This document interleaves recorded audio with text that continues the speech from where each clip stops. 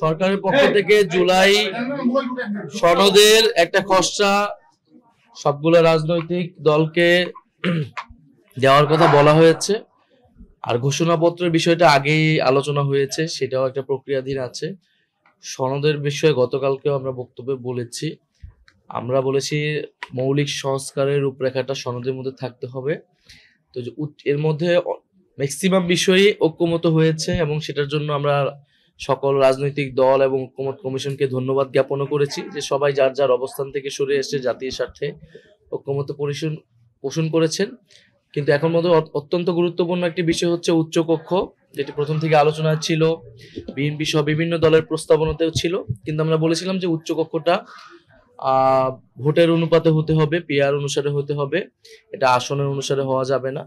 ফলে উচ্চকক্ষ আমাদের ক্ষমতার ভারসাম্য এবং জবাবদিহিতার জন্য অত্যন্ত গুরুত্বপূর্ণ। সে বিষয়ে এখনো ঐক্যমত আসেনি।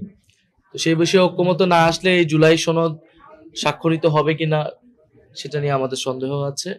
আমাদের জায়গা থেকে আমরা বলেছি যে এই বিষয়ে ঐক্যমত আসার পরে আমরা জুলাই সনদের বিষয়টা বিবেচনা করব। তবে আমরা চাই যে 5ই আগস্টের মধ্যেই জুলাই সনদটা তৈরি হয়ে যাক এবং এটা সর্বদলীয় ঐক্যমতের মাধ্যমে এটা ঘোষিত হোক।